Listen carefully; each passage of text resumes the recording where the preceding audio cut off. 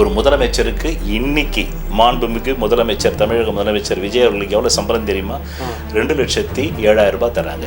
1,65,000 ரூபாய் மந்திரிக்கு, அதை விட ஒரு 10,000 ரூபாய் கம்மி எம்எல்ஏக்கு. இது இல்லாம ஒரு முறை நீங்கள் ஒரே ஒரு நாள் அமைச்சராகவோ எம்எல்ஏவோ இருந்து மீண்டும் ராஜினாமா பண்ணால் கூட உங்களுக்கு சாகும் வரலும் பென்ஷன். உங்களுடைய குடும்பத்துல உங்களுடைய லீகல் ஹேர் யாரோ மனைவிக்கு பென்ஷன், மனைவியா இருந்தா கணவனுக்கு பென்ஷன். இது இல்லாம உங்களுக்கு டெய்லி அலவன்ஸ், டிராவல் அலவன்ஸ், சுற்றுப்பயண அலவன்ஸ், உங்களுக்குன்னு 2 பிஎஸ்ஓ போலீஸ் செக்யூரிட்டி ஆபீசர்.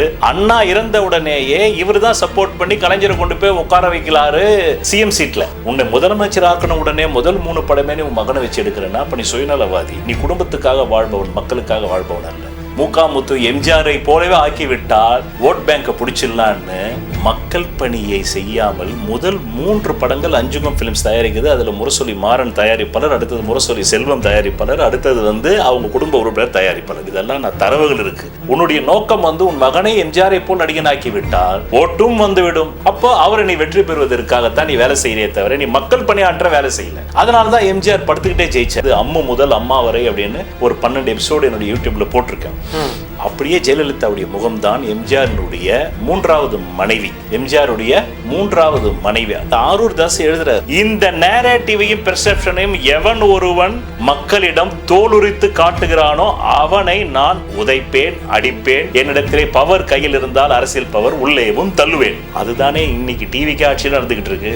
அதுதானே தொன்று தொட்டு மன்னராட்சி காலத்திலிருந்து நடந்தது. அதுதானே சாக்ரட்டிஸுக்கு விஷம் வைக்கப்பட்டது. அதுதானே இயேசுவை சிலுவையில் அறையப்பட்டது.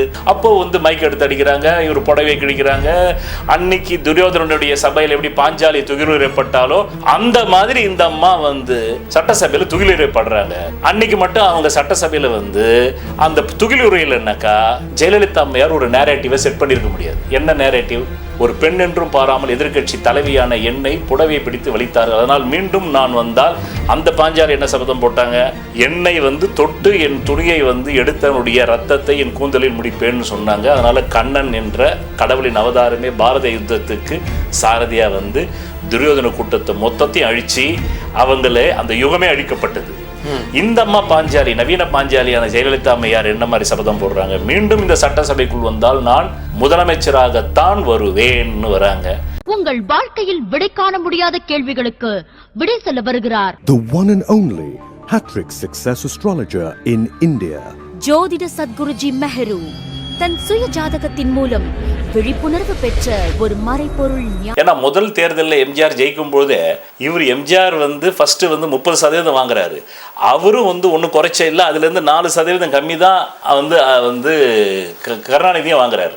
ஸோ கூடவே தான் வராரு, எம்ஜிஆர் கூடவே தான் வராரு. ஆனால் தொகுதிகளாக அவரது கன்வெர்ட் ஆகலை. ஸோ அப்போ 2வது முறை ஆட்சியை கலைக்கிறாங்க. யாருடைய ஆட்சியை? எம்ஜிஆருடைய ஆட்சி. என்ன சொல்லி கலைக்கிறாங்க அப்படின்னு கேட்டிங்கன்னா, ஃபர்ஸ்ட் 1972 கட்சி ஆரம்பிக்கிறார் எம்ஜிஆர். 1977 ஆட்சியை பிடிக்கிறாரு. 2.5 வருடங்கள் ஆட்சி நடக்குது. 2.5 வருடங்கள் ஆட்சி நடந்த உடனே லோக்சபா தேர்தல் வருது 1980. அப்போதான் இந்திரா காந்தி எமர்ஜென்சியை டிக்ளேர் பண்ணி மீண்டும் அப்போ எதிர்கட்சிகள் எல்லாமே பிரிஞ்சு இருக்குது. அது இந்திரா காந்தியினுடைய லக்கு. அப்போ தேர்தலில் வரும்போது அந்த அம்மா எதிர்கட்சியே பிரிஞ்சு இருக்கிறதுனால எதிர்கட்சியே இல்லாமல் ஜெயிக்கிறாங்க. அந்த அம்மா கிட்டத்தட்ட 300-340 தொகுதியில் ஜெயிச்சிடறாங்க அந்த அம்மா சோலோவாவே, யாருடைய தயவும் இல்ல. பெரிய வெற்றி. அப்ப இவர் என்ன அழுத்தம் கொடுக்குறாரு? அந்த நேரத்தில் இங்க 37 தொகுதியில டிஎம்கே காங்கிரஸ் கூட்டணி ஜெயிக்குது. எங்க? தமிழ்நாட்டில் லோக்சபா தேர்தல் 1980 ஜனவரி வாக்குல. அப்ப இவர் 2 தொகுதி தான் ஜெயிக்கிறார். இதே 1977 தேர்தலில் எம்ஜிஆர் 30.4% வாங்கி கிட்டத்தட்ட 130-36 தொகுதிக்கு மேல ஜெயிச்சிடறாரு. கூட்டணியே எல்லாமே காங்கிரஸ் தான். அப்பயும் எம்ஜிஆருக்கு யாரு தெரியுமா? உங்களுக்கு கூட்டணி சிபிஎம் தான். இப்பயும் டிவிகே முதல்வர் விஜய் அவர்களுக்கும் சிபிஎம் தான். அப்பயும் அவருக்கு அது ப்ரீபோல் அலையன்ஸ். தேர்தலுக்கு முன்னாடியே அவர் கூட்டணி வச்சார். ஏன் அவர் தேர்தலுக்கு முன்னாடியே கூட்டணி வச்சாருன்னா, எம்ஜிஆர் 6 ஆண்டுகள் காங்கிரஸில் பணிபுரிந்தார் உறுப்பினராக, 19 ஆண்டுகள் திமுக. அவர் 1972 கட்சி ஆரம்பிக்கிறதுக்கு முன்னாடி 25 வருடங்கள் அனுபவம். யாருக்கு? ஆக்சுவலா நீங்க சொன்னது ஒரு முக்கியமான பாயிண்ட் சார். அந்த காங்கிரஸில் அவர் ஒரு அடிப்படை உறுப்பினர் அந்தஸ்துல இருந்து ஒர்க் பண்ணது பலருக்கும் தெரியாது. ஸ்ட்ரைட்டா டிஎம்கேன்னு போயிடுறாங்க. கரெக்ட். கிடையாது. அவர் 6 ஆண்டுகள் வந்து காங்கிரஸில் வந்து, ஏன்னா அவங்க அப்பா காங்கிரஸ், ஒரு பேஸ்மெண்ட் இருந்துச்சு. பேஸ்மெண்ட் காங்கிரஸ்ல 6 ஆண்டுகள் வந்து அவர் உறுப்பினர். அப்புறமா அண்ணாவின் பால் ஈர்ப்பு வந்து, அவருடைய வசனங்களின் பால் பேச்சின் பால் ஈர்ப்பு வந்து திமுகல 19 வருடம். அண்ணா இறந்த உடனேயே இவர் தான் சப்போர்ட் பண்ணி கலைஞரை கொண்டு போய் உட்கார வைக்கலாரு சிஎம் சீட்ல. அதனாலதான் அவர் பொருளாளராக இருக்காரு. 3வது பெரிய பதவி திமுக அவருக்கு. அப்புறம் அவர் வந்து கணக்கு கேட்கிறாரு, 2 பேருக்குள்ள பர்சனல் வந்து டிட் அட் ஃபயர் வருது. நீயா நான் வரும்போது வெளியில வராரு, 30.4% வாங்குறாரு. 136 தொகுதிக்கு மேல தனித்துவமா ஜெயிக்கிறாரு. தொகுதிகளா ஜெயிக்கிறாரு. 118 தான் வேணும், அதுக்கு மேல 20க்கு மேல தொகுதிகள் அவருக்கு வந்துடுறாரு, பண்றாரு. இப்போ பார்லிமெண்ட் எலெக்ஷன்ல தோத்த உடனே கிட்டத்தட்ட எம்ஜிஆருடைய ஆட்சியை மட்டும் கலைக்கல, 9 இந்தியாவில் 9 மாநிலத்தையும் கலைக்கிறாங்க அந்த அம்மா. என்னன்னு கலைக்கிறாங்க? சட்டம் ஒழுங்கு சீர்கேடு, விவசாயிகள் போராட்டம். இன்னைக்கும் விவசாயிகள் போராட்டம். அன்னைக்கு எம்ஜிஆர் ஆட்சியை கலைக்கும் போதும் சொன்ன ஊடகத்தில் சொன்ன காரணம், இதெல்லாம் ஊடகத்தில் வந்து செய்திகளை நான் பேசுறேன். 2 காரணம் சொல்றாங்க. சட்டம் ஒழுங்கு சீர்கெட்டு போச்சு, மக்களுக்கு எம்ஜிஆர் மேல செல்வாக்கு இல்லை. ஏன் இல்லைன்னா லோக்சபா தேர்தலில் வெற்றி பெறலை. 39ல் 2 இடம் தான் அவங்க செக்யூர் பண்ண முடியும். 39ல் 2 இடம் தான் வந்து எம்ஜிஆர் செக்யூர் பண்றாரு. 37 டிஎம்கே காங்கிரஸ் கூட்டணி வெற்றி பெறுது. அப்போ இந்திரா காந்தி எதை சொல்லி கலைக்கிறாங்கன்னா, எம்ஜிஆருக்கு 1977 இருந்த மக்கள் செல்வாக்கு 1980 இல்லை, அதனால் கலைக்கிறோம். அதனால் மட்டும் கலைக்கவில்லை, சட்டம் ஒழுங்கு சீர்கெட்டு விட்டது, மேலும் விவசாயிகள் போராட்டம் சொல்லி நிறைய பேர் நினைச்சுப்பாங்க எம்ஜிஆர் தான் கலைச்சாங்கன்னு. 9 மாநிலத்தில் கலைக்கிறாங்க. உத்தரப்பிரதேசத்தை கலைக்கிறாங்க, அப்புறமா வந்து 9 மாநிலத்தையும் ஒரே நேரத்தில் கலைக்கிறாங்க. அதனால தான் பகவான் ஓஷோ சொல்வார், எப்பொழுதெல்லாம் ஒரு பெண் அரசியலுக்குள் வந்தால் அவளுக்கு எப்படி சண்டையிட வேண்டும் என்பது தெரியாது. இப்போ நீங்கள் கொடையாடி சண்டையை பார்த்துருக்கீங்களா? இப்போ ஒரு ஆம்பளை சண்டை போட்டானா குங்ஃபு கராத்தே இதெல்லாம் கற்றுக்கிட்டு வந்து சண்டை போடுவான், யா அப்படின்னுவான். பொம்பளை சண்டை போட்டானா டைவ்ஸா குண்டா செல்போனு கரண்டி எல்லாம் பறக்கும், அடி அப்படின்னு ஓடுவான். அந்த தண்ணி பிடிக்கும் போது தான் நீங்கள் பார்க்கலாம், டைவ்ஸா எடுத்துன்னு ஓடுவோம், ஒரு ஆணு ஸ்தம்பிச்சிருவான். என்னடா இது நாகரிகம் இல்லாமல் சண்டை போடுது இந்த அம்மா. ஆம்பளை சண்டை போடுறான்னா பாக்ஸிங் போடுவான், இங்கே குத்துவான், வயிற்றுல குத்துவான், ஏதோ ஒன்று பிளாக் பண்ணலாம். ஒரு பொண்ணு அடிச்சாக்கா என்ன இருக்கும்? அதனால தான் பகவான் ஓஷோ சொல்வார், எப்போதெல்லாம் ஒரு பெண் அரசியலுக்குள் வருகிறாளோ அப்போது ஆண்கள் எல்லாம் தெரித்து ஓடுவார்கள். ஏனென்றால் ஆண்களுக்கு ஒரு நாசுக்கா சண்டை போட தெரியும் அரசியல்ல, பெண்ணுக்கு நாசுக்கே தெரியாது. ஏன்னா அவளுக்கு கற்றுக் கொடுக்கல. நம்ம பெண்ணை வந்து என்ன சொல்லிட்டோம், நீ அடுப்படையில் இரு, உனக்கு எதுக்கு சண்டை சச்சரவு, முதல்ல வீட்டுக்கு வெளியவே போகக்கூடாது, நீ 14 வயசானா அப்பெல்லாம் கல்யாணம் பண்ணிடுவாங்க. அதனால இந்திரா காந்தி ஒரு பெண் முதன் முறையா இந்தியாவில் பிரதமர் ஆகுது. அந்த அம்மாவுக்கு சண்டை போட தெரியல. ஒரே நேரத்தில் 9. அதுக்கப்புறம் தான் எஸ்ஆர் பொம்மை வந்து அவளை சீக்கிரமா ஒரு மாநிலத்தினுடைய அரசாங்கத்தை எந்த ஒரு காரணம் காட்டியும் தகுந்த ஆதாரங்கள் இல்லாமல் 356 பயன்படுத்தி கலைக்க கூடாதுன்னு எஸ்ஆர் பொம்மை தீர்ப்பு அப்புறமா தான் வருது. 9 மாநிலத்தையும் வந்து கலைக்கிறாங்க அந்த அம்மா. அப்போ எம்ஜிஆர் என்ன பண்றாரு, மீண்டும் ஒரு நேரேட்டிவ் செட் பண்றாரு. இதெல்லாமே நீ கேட்ட கேள்வியில் இருக்குது. நேரேட்டிவ் ஏன் 2026 டிஎம்கே தோத்துது, ஏன் எம்ஜிஆர் கிட்ட வந்து ஜெயிச்சதுன்னா, எம்ஜிஆர் கிட்ட குறைந்தபட்ச அறம் இருந்தது. அந்த குறைந்தபட்ச அறம் கூட கலைஞர் கருணாநிதி அவரிடம் இல்லை. அவர் என்ன கேட்டார், நான் என்ன தவறு செய்தேன், என் ஆட்சியை கலைத்தார்கள் அப்படின்னு கன்னியாகுமரியிலிருந்து சென்னை வரலும் வராரு, சுற்றுப்பயணம் பண்ணுறாரு, மக்களை நேரடியாக சந்திக்கிறாரு. ஒரே இதுதான் வந்து டேக்லைன். இன்னைக்கு நம்ம யூடியூப் வார்த்தையில் சொன்னால் இதுதான் வந்து தம்ப்நெயில். இந்த தம்ப்நெயில தான் வைக்கிறாரு. என்ன தம்ப்நெயில்? நான் என்ன மக்களே, நான் என்ன தவறு செய்தேன், என் ஆட்சியை ஏன் கலைத்தார்கள், நீங்கள் தான் பதில் சொல்ல வேண்டும் வருகின்ற தேர்தலில் அப்படின்னு போனாரு. 30.4% இருந்த எம்ஜிஆர் தனித்துவமாக 38% போறாரு. நான் சொல்றது கூட்டணியே சேர்க்கல. ஏன்னா கூட்டணின்றது எந்த நேரத்திலையும் வந்து கட்டிட்டு போறது. ஆமா, ஏன்னா அவங்களுடைய வந்து எதிர்பார்ப்பை பூர்த்தி செய்யலைனாக்கா எந்த ஒரு கூட்டணியும் போய்டும். அதனால நான் பேசுறதெல்லாம் எம்ஜிஆர் மட்டுமே வாங்கினது. 169 தொகுதி.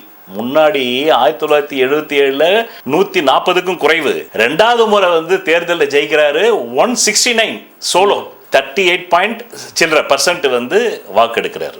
எடுத்ததுக்கு அப்புறமா அவர் சாகும் வரையிலும் அவரிடம் இருந்த அந்த குறைந்தபட்ச அந்த அறம் இருந்ததில்ல, அது காப்பாத்திச்சு. கலைஞர் கருணாநிதி முதல் முறையாக வந்து அண்ணா தான் வந்து சிஎம். அண்ணா சிஎம்மாக இருந்து அண்ணா இறந்த பிறகு எம்ஜிஆர் உடைய தயவன் மூலமாக ஒரு ஐவர் குழு மூலமாக இவர் சிஎம் ஆகிறார் இல்லையா. ஆன உடனே அஞ்சுகம் ஃபிலிம்ஸ் அப்படின்னு ஆரம்பிக்கிறார் தன் தாயார் பேரில். ஒரு உலக வரலாற்றிலேயே ஒரு முதலமைச்சர் மக்கள் பணி செய்வதற்காக தேர்ந்தெடுக்கப்பட்ட முதலமைச்சர் தன் மகனை எம்ஜிஆருக்கு நிகராக கதாநாயகன் ஆக்கிவிட்டால் அவருக்கு எப்படி ஒரு நேரேட்டிவ் இருக்கிறதோ, கிட்டத்தட்ட ஒரு 118 தொகுதிகளுக்கு வாக்களிக்கிறதுக்கு மக்கள் ரெடியா இருக்காங்களோ, அதே போல் தன் மகனையும் முத்து எம்ஜிஆரை போலவே ஆக்கிவிட்டால் ஓட் பேங்கை பிடிச்சிடலான்னு மக்கள் பணியை செய்யாமல் முதல் 3 படங்கள் அஞ்சுகம் பிலிம்ஸ் தயாரிக்குது. அதுல முரசொலி மாறன் தயாரிப்பாளர், அடுத்தது முரசொலி செல்வம் தயாரிப்பாளர், அடுத்தது அவங்க குடும்ப உறுப்பினர் தயாரிப்பாளர். இதெல்லாம் நான் தரவுகள் இருக்கு, தரவுகளோடு பேசுறேன், பக்கத்திலேயே தரவுகள் இருக்கு. அதனால படம் எடுக்கிறார். அப்போ குறைந்தபட்ச அறமே இல்லையா? உங்களுக்கு மக்கள் வாக்களிச்சது எதுக்கு? ஒரு முதலமைச்சருக்கு இன்னைக்கு மாண்புமிகு முதலமைச்சர், தமிழக முதலமைச்சர் விஜய் அவர்களுக்கு எவ்வளவு சம்பளம் தெரியுமா? 2,07,000 ரூபாய் தராங்க. 1,65,000 மந்திரிக்கு, அதை விட ஒரு 10,000 கம்மி எம்எல்ஏக்கு. இது இல்லாமல் ஒரு முறை நீங்கள் ஒரே ஒரு நாள் அமைச்சராகவோ எம்எல்ஏவோ இருந்து மீண்டும் ராஜினாமா பண்ணால் கூட உங்களுக்கு சாகும் வரலும் பென்ஷன், உங்களுடைய குடும்பத்தில் உங்களுடைய லீகல் ஹேர் யாரோ மனைவிக்கு பென்ஷன், மனைவியாக இருந்தால் கணவனுக்கு பென்ஷன். இது இல்லாமல் உங்களுக்கு டெய்லி அலவன்ஸு, டிராவல் அலவன்ஸு, சுற்றுப்பயண அலவன்ஸு, உங்களுக்குன்னு 2 பிஎஸ்ஓ போலீஸ் செக்யூரிட்டி ஆஃபீஸரு, இது இல்லாமல் உங்களுக்கு வண்டி, அரசாங்க வண்டி, அரசாங்கத்தில் பெட்ரோல் டீசல், இத்தனையும் உங்களுக்கு அரசாங்கம் தருது. ஆனால் நீங்கள் உங்கள் மகனை கதாநாயகனாக்கி எம்ஜிஆருக்கு போட்டியாக்கி தொடர்ந்து திராவிட முன்னேற்ற கழகம் ஆட்சியில் இருக்க வேண்டும் என்று வேலை செய்கிறீங்க.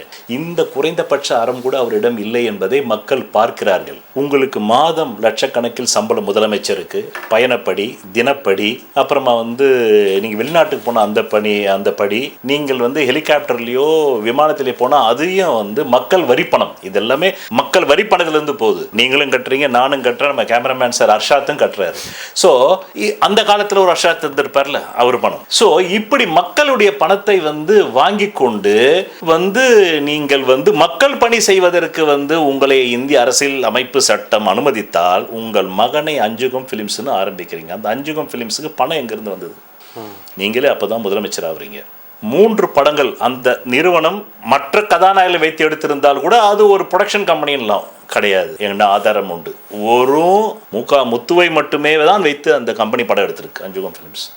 அதன் பிறகு அப்போதே ஊடகங்கள் வந்திருக்கிறது. அந்த 3 படங்களுடைய விநியோக உரிமையை வாங்கி கொள்ள சொல்லி அரசு அழுத்தம் கொடுத்ததாக அப்போதைய ஊடகங்கள், அந்த ஆதாரம்லாம் என்கிட்ட இருக்கு. யாராவது கேட்டால் நான் அனுப்பிச்சிருவேன் நான் வாட்ஸ்அப்லேயே. ஏன்னா நம்ம ஒன்று பேசுகிறோம்னாக்க ஆதாரம்லாம் இப்போ பேசக்கூடாது இல்லையா? ஆமாம், அதனால் சொல்கிறேன். அந்த ஊடகங்களில் பதிவாகி உள்ளது.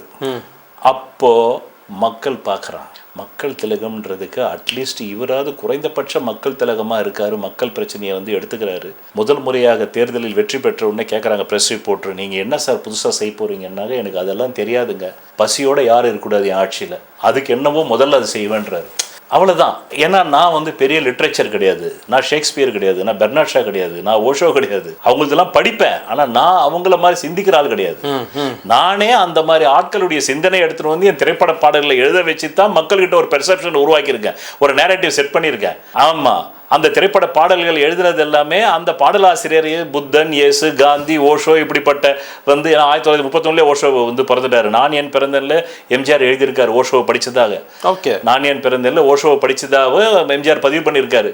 ஸோ புரியுதா உங்களுக்கு? அந்த புத்தகம் நான் படிச்சிருக்கேன். அப்போ இந்த மாதிரி கருத்துக்கள் எல்லாம் ஒரு பாடல்களாக கொண்டு வந்து தான் மக்கள்கிட்ட ஒரு குட் இமேஜ், குட் ஸ்பிரிட் என்ற ஒரு நேரேட்டிவை செட் பண்ணாரு. இவர் கலைஞர் என்ன மாதிரி செட் பண்றாரு? பராசக்தி, மனோகரா, இப்படிப்பட்ட படங்களுக்கு எழுதி நான் பெரிய படிப்பாளி அப்படின்ற நேரேட்டிவ் இவர் செட் பண்றாரு. ஆனா இவரது தோத்து எம்ஜிஆர் ஏன் ஜெயிக்குதுன்னா, குறைந்தபட்ச ஆரம் எம்ஜிஆரிடம் உண்டு, குறைந்தபட்ச ஆரம் கலைஞரிடம் இல்லை. உன்னை முதலமைச்சர் ஆக்கணும் உடனே முதல் 3 படமே நீ உன் மகனை வச்சு எடுக்கிறேன்னா அப்ப நீ சுயநலவாதி, நீ குடும்பத்துக்காக வாழ்பவன், மக்களுக்காக வாழ்பவன் அல்ல. உன்னுடைய நோக்கம் உன் மகனை எம்ஜிஆரை போல் நடிகனாக்கி விட்டால் ஓட்டும் வந்துவிடும். நீ பெரிய படிப்பாளி என்ற அந்த நேரேட்டிவும் மக்களிடம் விலை போய் பெர்செப்ஷனாக மாறிவிடும். அப்போ அவரை நீ வெற்றி பெறுவதற்காகத்தான் நீ வேலை செய்யறே தவிர நீ மக்கள் பணியாற்ற வேலை செய்யல. அதனாலதான் எம்ஜிஆர் படுத்துக்கிட்டே ஜெயிச்சாரு. ரைட், இப்ப எம்ஜிஆர் இறந்துட்டார். இப்ப அந்த பெர்செப்ஷன், அந்த நேரேட்டிவ் செட் பண்ணது அப்படியே இருக்கு. அதை ஜெயலலிதா லீட் பண்றாங்க. ஏன்னா எம்ஜிஆர் கூட இருக்கும் பொழுது எம்ஜிஆர் எவ்வளவோ பேரழகான பெண்களை சந்திச்சிருக்காரு, எவ்வளவோ நடிகைகளோட அவரை பற்றி கிசுகிசுக்கள் வந்திருக்கு அந்த காலத்தில். ஆனால் ஏன் ஜெயலலிதாவுக்கு மட்டும் எல்லா இடங்களையும் அட்மிட் பண்ணி எதுக்காக அவர் அரசியலில் கூட தன்னுடைய கொள்கை பரப்பு செயலாளராக மஞ்சுளாவை கொண்டு வரல, லதாவை கொண்டு வரல, வெண்ணிராடை நிர்மலாவை கொண்டு வரல. ஏன் ஜெயலலிதா கொண்டு வராங்கன்னா, ஆரூர் தாஸ் தெரியும் உங்களுக்கு, திரைப்பட எழுத்தாளர், கதாசிரியர். அவர் தினத்தந்தியில் கடந்த 20 ஆண்டுகளுக்கு முன்னாடி அந்த கட்டிங்ஸ்லாம் என்கிட்ட இருக்கு. நான் அதை வந்து அம்மு முதல் அம்மா வரை அப்படின்னு ஒரு 12 எபிசோடு என்னுடைய யூடியூப்ல போட்டிருக்கேன். அப்படியே ஜெயலலிதாவுடைய முகம்தான் எம்ஜிஆருடைய 3வது மனைவி. எம்ஜிஆருடைய 3வது மனைவி. என்னுடைய நினைவு சரியாக இருந்தால் அவருடைய பெயர் கூட எனக்கு நாக்கில் இருக்கிறது வரவில்லை. நீங்கள் கூகுள் போட்டால் வந்துடும். அப்படியே அது ஆரூர் தாஸ் எழுதுறாரு. இதைத்தான் இருவரில் வந்து நம்ம மணிரத்னம் ஹலோ மிஸ்டர் எதிர்கட்சி பாட்டு பாடும்போது இந்த பொண்ணு ரொம்ப அழகா இருக்கான்னு வந்து கௌதமி சொல்லுவாங்க. இந்த பொண்ணு வேண்டான்னு சொல்லுவார் எம்ஜிஆர். ஏங்க வேண்டான்றீங்க, அதுக்கு ஏதாவது ஒரு காரணம் சொல்லுங்க, இந்த பொண்ணு அழகா தானங்க இருக்காங்கன்னா வேண்டான்னு சொன்னா விட்டுடுன்னு. இல்லை இந்த பொண்ணு போட்டே ஆகணுமான்னு கேட்பார் மோகன்லால். நீ தான் கஷ்டப்படுவ பின்னாடின்னு. அதுக்கு என்ன ரீசன் சொன்னாக்கா, தன் மனைவியை போன்ற முகம் ஜெயலலிதாக்கு இருந்து. ஆமாம், அதனால ஒரு அட்டாச்மெண்ட். அந்த மனைவியை போய் இறந்த போது பார்க்க கூட எம்ஜிஆரிடம் பணம் இல்லை. இது நான் என் பிறந்தேன்ல பதிவு செஞ்சிருக்காரு. அதாவது ஜெயலலிதா மூஞ்சி அந்த மாதிரி இருக்குன்றது அவர் பதிவு செய்யல, அதை பதிவு செஞ்சது ஆரூர் தாஸ். அவருடைய மனைவியை போய் சந்திப்பதற்கு கூட பணம் இல்லை அவருக்கு. காச நோயால் இறந்து போனா அப்படியே டிட்டோவா இருக்கும் மூஞ்சி. நான் அந்த தினத்தந்தி கட்டிங்ல இருந்து எடுத்து என் யூடியூப்ல போட்டிருக்கேன். நீங்க யூடியூப்ல போய் அம்மு முதல் அம்மா பார்க்கலாம். அப்போ அங்கதான் வந்து வெள்ளைக்காரன் என்ன சொல்றான், when luck will kicks you, when luck will kicks you, nobody will checks you. அப்போ ஜெயலலிதாவை செக்கிங்கே பண்ணாம எம்ஜிஆர் தன்னுடைய ஹராவுக்குள்ள, தன்னுடைய ஆளுமைக்குள்ள, ஆளுமைன்றதும் ரொம்ப நினைச்சு பயந்துடாதீங்க. ஆளுமைனாக்கா பெருசா அவங்களுக்கு 4 கண்ணு 6 மூக்கு 7 உதடு 8 வந்து கைகள் எல்லாம் கிடையாது. இந்த மாதிரி நேரேட்டிவ் செட் பண்ணி வெற்றிகள் வர வர, கையில் பணம் வர வர வர வர வர வர வர வர நான் அதிகமாகிட்டே போகும். இந்த நான் தான் ஆளுமை.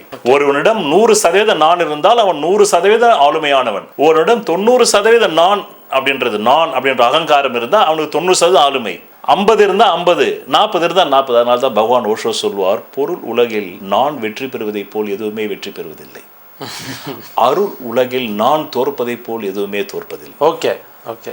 நீ கடவுளிடம் போய் மண்டியிடும் போது, நான் யார் தெரியுமா கடவுளே, அலெக்சாண்டர் த கிரேட், பாதி பிடித்து விட்டேன், பார்த்து நடந்து கொள் என்னிடம் அப்படின்னு கடவுளிடம் பேச முடியாது. என்ன சட்டி தான் அப்புறம் என்ன சட்டியில போட்டுறாங்க. அங்க போய் நீ பெக் தான் பண்ணணும். அலெக்சாண்டரா இருந்தாலும் சர்ச்சா, நீ கிறிஸ்துவனா இருந்தாக்க சர்ச்சில் வந்து போட நம்ம முதல்வர் வந்து முட்டி போட்டு நடந்தா பாருங்க ஒரு சர்ச்சில். அது ஒரு மரபு, அது கிறிஸ்துவ மரபு. நம்ம எப்படி அங்க பிரதட்சணம் பண்றோமோ அந்த மாதிரி. அப்போ அங்க போய் நான் தான் முதல்வர்னு சொல்ல முடியாது கடவுள்கிட்ட. அதனால தான் பகவான் ஓஷோ சொல்லுவார், பொருள் உலகில் நான் வெற்றி பெறுவதை போல் எதுவுமே வெற்றி பெறுவதில்லை, அருள் உலகில் நான் தோற்பதை போல் எதுவுமே தோற்பதில்லை. ரெண்டுத்தையும் வேறுபடுத்துறாரு. அப்போ ஆளுமை என்பதே நான் உருவாக்கிய நேரேட்டிவ், அது பெர்செப்ஷனாக எனக்கு பணம் தந்து கொண்டிருக்கிறது. இந்த நேரேட்டிவையும் பெர்செப்ஷனையும் எவன் ஒருவன் மக்களிடம் தோலுரித்து காட்டுகிறானோ அவனை நான் உதைப்பேன், அடிப்பேன். என்னிடத்திலே பவர் கையில் இருந்தால் அரசியல் பவர் உள்ளேவும் தள்ளுவேன். அதுதானே இன்னைக்கு டிவிக்கு ஆட்சியில் நடந்துகிட்டு இருக்கு. அதுதானே வந்து தொன்று தொட்டு மன்னராட்சி காலத்திலிருந்து நடந்தது. அதுதானே சாக்ரட்டிஸுக்கு விஷம் வைக்கப்பட்டது. அதுதானே இயேசுவை சிலுவையில் அறையப்பட்டது. காரணம், இயேசு வாழ்ந்த காலத்தில் ரோமானிய மன்னர்களையே கடவுளாக, இறைவன் இரவியாக வழிபடும் முறை இருந்தது. அன்னைக்கு ரோமானிய மன்னர்கள் தான் கடவுள். மன்னரை கடவுளாக வழிபடணும், மன்னர் என்ற மனிதனை கடவுளாக வழிபடணும், ராணியை வந்து பெண் கடவுளாக வழிபடணும்.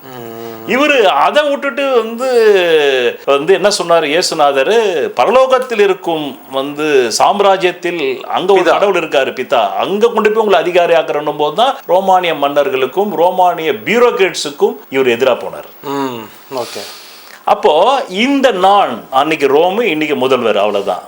வேற வந்து அது ராஜா, இங்க வந்து முதல் மந்திரி, அவ்வளவுதான். அப்போ அந்த நேரேட்டிவ் வந்து பொய் அப்படின்னு யார் ஒருவன் மக்களிடம் விவரமாக சொல்லி புரிய வச்சு அவங்கள மூளை செலவில் இருந்து அவங்களை வெளியே கொண்டு வரானோ அவன் வந்து ஆளும் கட்சிக்கோ அல்லது ஆளும் அரசாங்கத்திற்கோ எதிராக போவான். அப்போ ஜெயலலிதா அம்மா வராங்க. இந்த ஜெயலலிதா அம்மாவை அவருடைய இந்த ஆளுமைக்குள்ள ஏன் விட்டார்ன்றது சொல்லிட்டேன். அவருடைய 3வது மனைவியின் முகம் இருந்தது. அங்கதான் வெள்ளைக்காரன் சொல்றான், when luck will kicks, nobody will checks. அங்கதான் இவங்களுக்கு லக்கு கிக் ஆகுது ஜெயலலிதா அம்மையாருக்கு. அப்போ உள்ள வரும்போது அவருக்கு நோய்வாய்ப்படுறாரு. ஏற்கனவே பொலிவை பரப்பு செயலரை கொண்டு வந்துட்டாரு. அப்போ இந்த அம்மா என்ன பண்றாங்க, இனிமேற்பட்டு நமக்காக ஒரு கோடி தொண்டர்களை வந்து நாம சேர்க்கறது லேட் ஆகும். ஆல்ரெடி எம்ஜிஆர் கிட்ட ஒரு 30-38% இருக்கு. அவர்கிட்ட வந்து ஒரு கோடி தொண்டர்கள் அன்னைக்கே இருக்காங்க. அப்போ அந்த 1 கோடி தொண்டர்கள் மட்டும் இல்ல, தொண்டர்கள் அன்னைக்கு ஒரு 50 லட்சம் பேர் இருந்தாலும் 25 லட்சம் பேர் இருக்கலாம். ஆனா வாக்காளர்கள் ஒரு 75 லட்சம் பேர் இருக்காங்க. அதை நம்ம கையில் எடுப்போம். அவங்களுக்கு இளமையில இருந்து அரசியல்ல வரணும்ன்றது அவங்களுடைய விருப்பம். அப்போ அவங்க கையில் எடுக்கிறாங்க. இப்போ அவங்க கையில் அதை எடுத்த உடனே அவங்க 25 எம்எல்ஏ ஃபர்ஸ்ட் வாட்டி கலைஞர் ஜெயிக்கிறாரு. ஆமாம், அப்போ அவர் ஒரு வாசகம் ஃபேமஸான கோட் சொல்கிறார். அவருக்கு வந்து இந்துக்கள் பிடிக்காது, இந்து மத புராணங்கள் பிடிக்காது, ஆனால் அவருக்கு அது யூஸ் ஆகுதுன்னா பிடிக்கும். சத்தியத்தின் வாழ்வதனை சூது கவ்விய பின்னர் மீண்டும் சத்தியமே வென்றது, தர்மமே வென்றதுன்னாரு அவர் ஜெயிச்சது. இத்தனை நாள் அதர்மம் ஆட்சி பண்ணிச்சு எம்ஜிஆர். அவர் இறந்த உடனே அதர்மம் மீண்டும் தர்மம் வந்துச்சுன்னா மீண்டும் 2 வருஷத்துல கலைக்கிறான். கலைச்சி அப்போ ராஜீவ்காந்தி இறக்குறாரு. அதுக்கு முன்னாடி இந்த அம்மா சட்டசபையில் போறாங்க. அப்போ இவங்க ஒரு நேரேட்டிவ் செட் ஆகுது. அது இவங்களே செட் பண்ணாங்களா? சில விமர்சனங்கள் இவங்களே பிளானாக தான் போனாங்க. இன்னைக்கு ஒரு கலைபரம் பண்ணணும் சட்டமன்றத்தில்னு போனாங்கன்னு ஒரு ஊடக செய்தி உண்டு, இல்லை இயல்பா நடந்ததுன்னு உண்டு. அப்போ சட்டசபைக்குள்ள இவங்க போறாங்க. அவங்க 25 எம்எல்ஏ, அவர் பட்ஜெட் படிக்கிறாரு முதல்வர், இவர் ஒரு கிரிமினல் படிக்கூடாதுன்னு இந்த அம்மா. இதெல்லாம் ஊடக செய்தி தான் நான் பேசுறேன், நீங்களும் கேட்டிருப்பீங்க. இது அப்போ மைக் எடுத்து அடிக்கிறாங்க, இவர் புடவை கிழிக்கிறாங்க. அன்னைக்கு துரியோதனனுடைய சபையில் எப்படி பாஞ்சாலி துகிலுரைப்பட்டாலோ அந்த மாதிரி இந்த அம்மா சட்டசபையில் துகிலுரைப்படுறாங்க. இதுதான் கோயின்சிடென்ஸ். அன்னைக்கு மட்டும் அவங்க சட்டசபையில் அந்த துகிலுரையில் என்னக்கா ஜெயலலிதா அம்மையார் ஒரு நேரேட்டிவை செட் பண்ணியிருக்க முடியாது. என்ன நேரேட்டிவ்?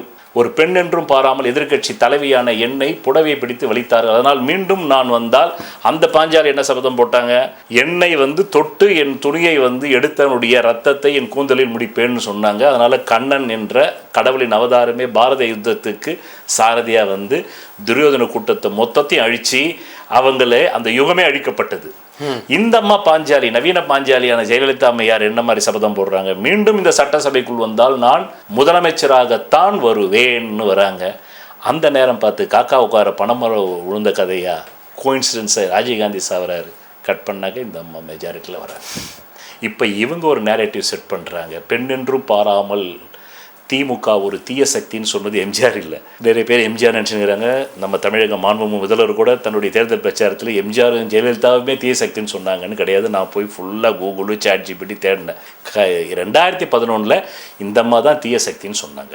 முன்னாடி கூட அந்த அம்மா சட்டசபையில் புடவையை பிடிச்சி வலிக்கும் போது கிரிமினல் கருணாநிதினு தான் சொன்னாங்களே தவிர தீய சக்தின்னு சொல்ல. 2011 தான் தீய சக்தின்ற வார்த்தையை சொன்னதாக ChatGPT கொடுக்குது, கூகுளும் கொடுக்குது.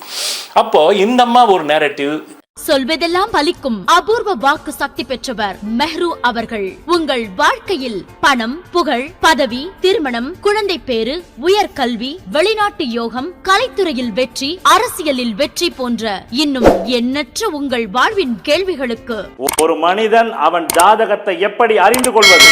கான்டாக்ட் ஜோதிட சத்குருஜி மெஹ்ரு.